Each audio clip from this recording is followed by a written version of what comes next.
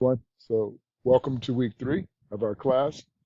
And this week's lecture is for chapter 3 is about culture, and it's about the tie-in of anthropology and what we call intercultural relationships. But it really focuses primarily on culture. So, for a moment, I'd like you to stop and think.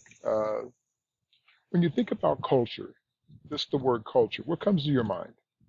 Do you think about different groups of people, different foods, different traditions, different religions, uh, different cars, dances, comes to your mind? Well, they're all part of culture, right? Culture is global and worldwide. And one of the things that we have to contend with in global studies is understanding, you know, the cultural context of other countries. And you might ask yourself, why is this important? Why is it important that we know or understand or even respect the cultures of other societies? Well, my basic contention is that you don't get if you don't give, right? So if you want people to respect you, respect your cultures and ideas, then you have to learn to respect theirs, even if you don't understand them. A lot of their ideas could be rooted in historical stuff that goes back hundreds or thousands of years. There's a lot of things that tie into why people are the way they are, or why they conduct themselves in society the way they do, that are heavily rooted in culture. Heck, even racist, even white supremacy, for example, has a cultural base and is indoctrinated through certain modalities that are taught from generation to generation. Kids aren't innately born teaching each other or hating one another. They are taught to hate one another or to mistrust. So it's important for us in this chapter to sort of understand the cultural context. By the way, just a side note, sometimes in chapters I'll have the PowerPoints up. Other times I will just do it in this way so we have like a live conversation. Yeah, I'm rocking my Padres shirt. I'm a Padres fan, even though I'm more of a football fan, to be honest. But I'm a Padres since I'm a San Diego kid, but born and raised. So I'm rocking my Padres. All right. Um, so when we talk about the idea of culture, we're really talking about, the human experience and then the idea of how we go about understanding the differentiation or the differences between one culture and another and how those things evolve. Like, since we all come from Africa and we migrate to different parts of the planet, how do we determine where one culture ends and the other culture begins? And I can tell you, for example, when I've traveled, and I've traveled a lot throughout the world, when they go around the Mediterranean, for example, and you look at different cuisines, if you were to go step by step by step through all those different areas throughout the Middle East, and let's say even into Central Asia, where Afghanistan and some of those countries reside, you'll see very common cultural themes, even in the spices they use, for example.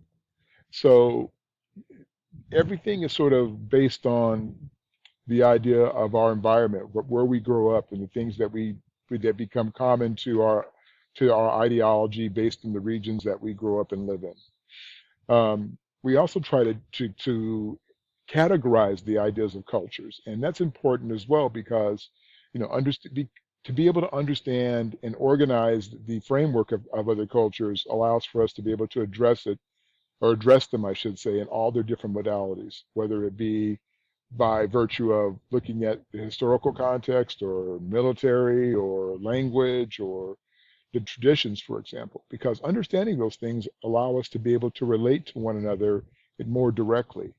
And as I said earlier, it's not about really, you don't always have to understand all the nuances or things that happen in other cultures, but it's important that we respect them because they have a right to believe and think the way they think.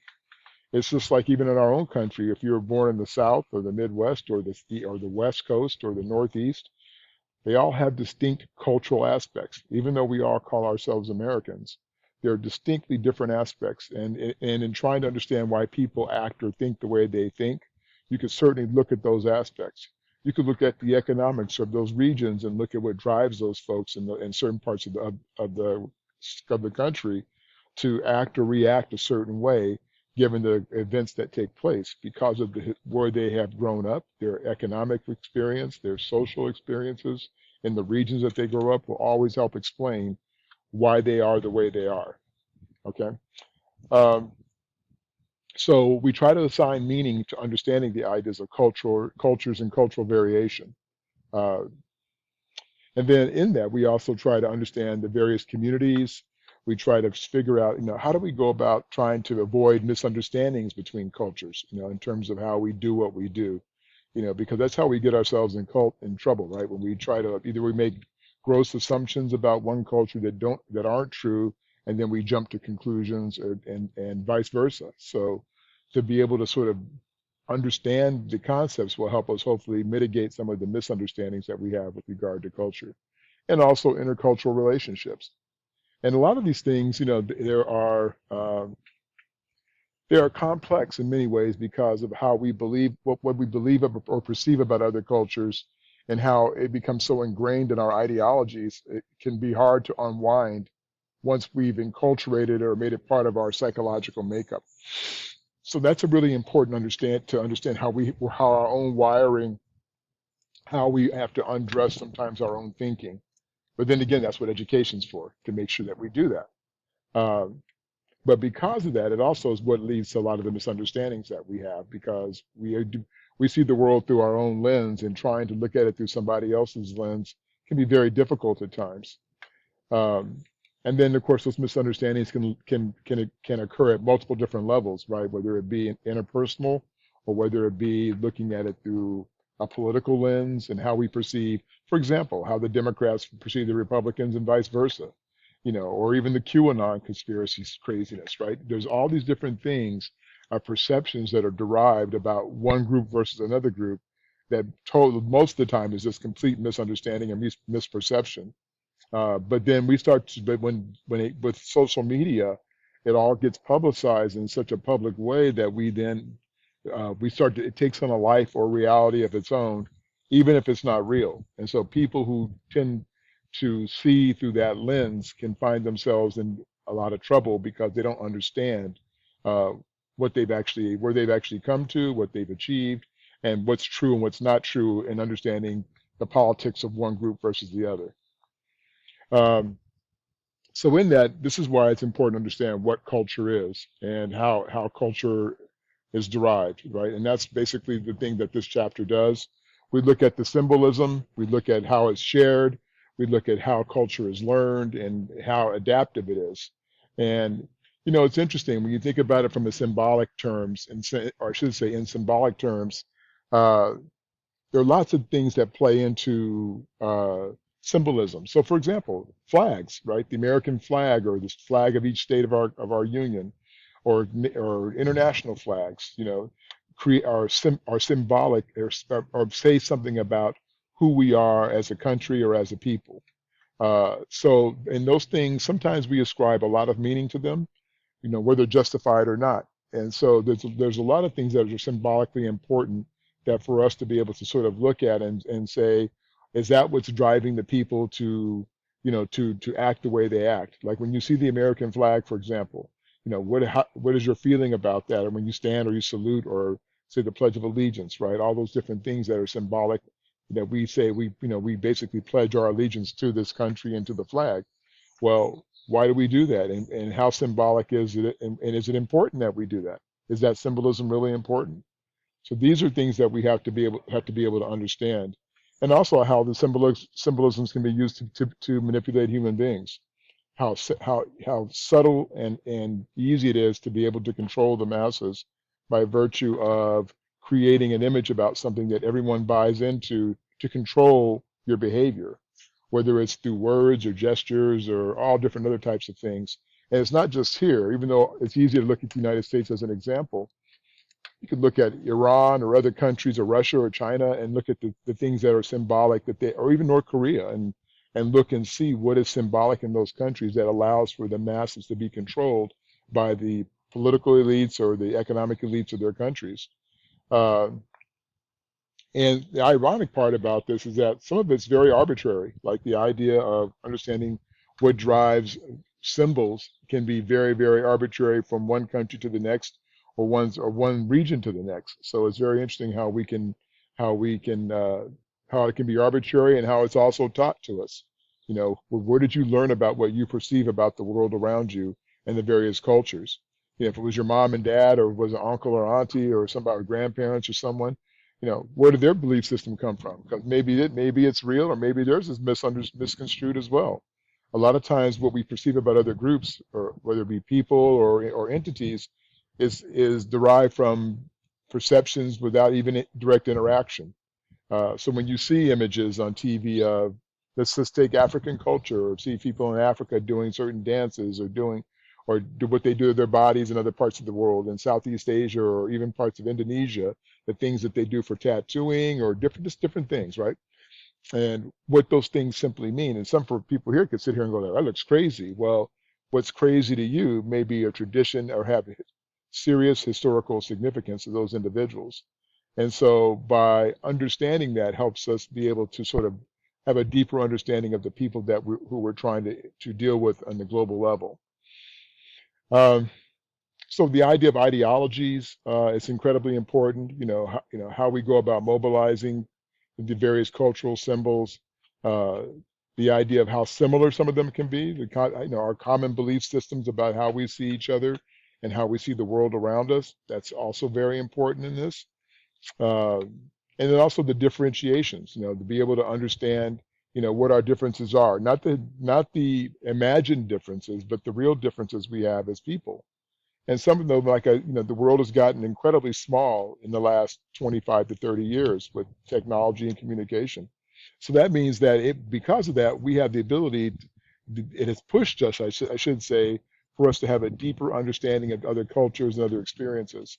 In fact, I would say that in the last 20 to 30 years, the number of students that have been traveling around the world for get experience with education abroad or study abroad programs has really changed the dynamic of the world, because we've had more students that have been more exposed to other parts of the world, which then gives you a greater sensitivity and empathy for other cultures and the people and their traditions, because you had an experience to see those people directly. So it's one thing to be able to sit here, either in Imperial Valley or in San Diego, and assume what we think we know about other cultures, or what we've read or what we've heard, as opposed to actually going there and experiencing it. Because once you're there and you directly confront it, it forces you to have to reevaluate your own belief systems and how you see the world around you. And that's the most important thing about it.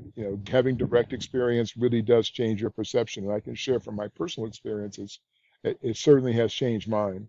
Uh, Even when I traveled to Israel several years ago, and just my perception of Israel, and I've been to many other parts of the Middle East and around the world, but my perception was one thing. And then when I got there, and I was like, wow, this is like, I feel like I'm in San Diego in some ways, at least in Tel Aviv. Now, other parts of Israel, Jerusalem and Caesarea and other parts are very different. And you get closer to the war zones, it gets even more, a little bit more different. But I was surprised at how cosmopolitan, and, it was a very different environment from what you see when you're just watching on TV, or maybe what you see on social media. So you can grow and learn from direct experiences, and I would highly encourage you to do so. Um, there's also this thing about, and one of the things that when we talk about how culture is learned, it's really interesting, because we call that being enculturated, right? So when you learn about other cultures, or whether it comes from classes in school, whether it comes from your family, your friends, we pass on information about cultures from generation to generation, and there's value in that we can carry on traditions. And as I mentioned earlier, the negative side of that could be if you're carrying on hatred or violent views about the world around you, or your country or your system, then you can carry and harbor old ideas that no longer apply today. And so it's like being mad at the wrong thing for the wrong reason, because you don't really because you're carrying on ideas or thoughts that were created generations before you, right? So that's really an important notion. Uh, yes, culture is incredibly adaptive. It's a process. Your lifelong learning process. You will learn and acculturate and adapt and change and synthesize and take in all types of information. Whether it's, if you eat Chinese food, does that tell you something about Chinese culture? Do you get interested in Chinese culture, or watching movies, or anything that helps us interact with other societies helps us understand and connect in some way, shape, or form with the people from those societies. Uh, it's ironic to find people who can love Chinese food and hate Chinese people or like that. That's nuts, right? Or other types of people like that. But there are people out there who can take in one aspect of it, but not take in the full depth of understanding or appreciation of other cultures and their traditions and ideas. Uh, and again, just because even throughout history, through the idea of understanding the adaptability of cultures, doesn't mean that they have to lose their traditional sense. It just means that they evolve, right? And as they should, as we all should. The world is not the same in 2021 as it was in, 1921 or 1821. So we have to evolve and adapt, and cultures do that as well in lots of different ways, shapes, and forms. Uh, and then again, there's three different primary aspects of how culture exists. And the first one are practices, like the everyday activities of living life. Those are the various levels, one of the levels of culture. And then the other one is sort of what we call the logics, the rationale or explainers for why people do what they do. Uh, so what drives people to act or react in a certain way within their culture. And then, of course, there's this we call the globalized or worldview, which are the assumptions that are created about people around the world and how people who live over here think about people who live over there, right? Uh, so all these play into the idea of what culture is and how culture is utilized. Um, Practices of culture could go from anything from the things we say, the various tools we use, the things we buy, how we behave around people from other places. Do we want to learn their languages? Do we think that do we want to learn about who they are as a people? The United States is a huge melting pot, and yet it's interesting. I will often say, that our greatest strength is our diversity, but it's also our greatest weakness. We have a very difficult time in allowing and appreciating the blend of people that make our society so rich. And yet it takes all those people that I would argue is what makes is probably our strongest point and our greatest step. Um, and so in that, when we talk about, and just real quickly here, the idea of intercultural relations, the various cross-cultural connections we have and the encounters we have with other groups of people and other social systems, the more traveled you are, it evolves you as a human being. The greatest evolution of men and women comes from their exposure to other people and other places. And it challenges even the things that you may have grown up with about how you perceive other groups of people. And then all of a sudden it changes. And, a lot of us, we may come with our own predisposed baggage from our families, but as you grow and evolve and expose yourself, then in that cross-cultural connection you have with other people, from whatever groups they happen to be, it will, if you have the courage to do that, it's going to help evolve you as a human being. And so that's one of the beauties of being able to be exposed to other societies and other people, whether they be refugees or migrants or tourists or other groups of people. They all have a story, and to be able to hear their story and understand it is certainly an important component of that. And yeah, there is some aspect what we call culture shock. Sometimes the the the uncomfortable feeling of being around things that are not familiar to us. Excuse the plane flying overhead. I'm always, like I said, I do this organically, so it's all casual and easy going. Uh, but it's the feelings we have when we're not sure about other people or when we get around things that we're not familiar with, right? And how we navigate our way through culture shock. Sometimes it could happen like with migrants, right? Or people who are refugees. They have to deal with it immediately because of a crisis. So they're getting thrown into the American way of life, even though it may be contrary to what they grew up with and how they go about exposing or accepting the ideas of their way of life. So that's an important component that we need to sort of grasp in this. The other thing is also understanding the context of sort of the anthropological aspect of this, and of course anthropology is what we call the study of basically of human beings, of what it means to be a human being, and so there are many other aspects that are important in that context, and a lot of them are based on things like comparative aspects, holistic aspects, empirical, evolutionary, relativistic. There's all different types of ways to be able to expose and understand from the perspective of anthropology. People like under comparative ideology, people tend to sort of define themselves by what they assume is normal to them, what they're accustomed to, right? Uh, and so once you understand your own perceived normalcy, that's sort of what we call, that's the basis of our comparison to other people. Is what we perceive as our own cultural norms. Uh, and then the holistic side of that, basically, in this context, sort of anthropologists have this assumption that all aspects of life are sort of intertwined. And so because of that, that means that we tend to have this connection to one another, uh, that whether we like it or not, it's just the fact that we may not even understand on a deeper level what those connections are until much later as we evolve as people. But we directly have these tendencies and habits as human beings that we may find are much more connected than they are disconnected. And then when we talk about the empirical, perspective, we're really talking about through observation and interaction, just the historical context of how people interact in their everyday life, uh, and what happens over a period of time, over the long haul or long period, when they are directly involved with uh, various communities, and what that does to their evolution in the anthropological perspective. And then in terms of evolutionary process, again, we're talking about communities that are basically in continual process of historical change. They're like adapting, they adjust, their environments change. There could be issues of, conflict, civil conflict, or wars, technological advancement. All these things happen, and this causes societies to have to adapt and advance, and it's part of the evolutionary process.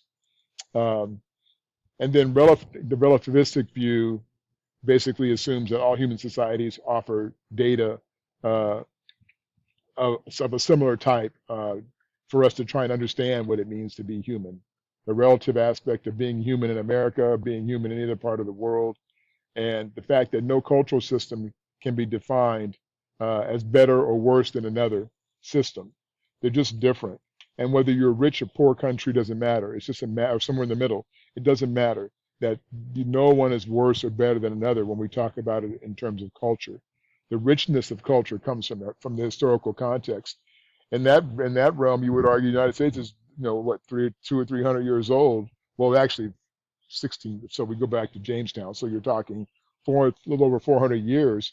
So the idea of understanding the context of culture in America relative to the Egyptians, who go back thousands and thousands of years, well, is theirs any better or worse than ours? No, we're newer. We're a much newer country. So does that mean that we are a stronger culture than Egypt because we have more money and we're rich and strong? No, it doesn't. This means but we do have a relative perspective of understanding what it means to be uh, human being in America in 2021 and being a human being in Egypt in 2021, for example, right? Um, and so with that, it really does help us broaden and understand the study of culture and anthropology in the context of global studies, and the importance and relevance of it, and why it is so important for us to be connected and stay connected as people. Okay, so there's my spiel for chapter 3. Do take a look at the PowerPoints, and I will see you in chapter 4. All right, you guys have a great weekend and have a great week.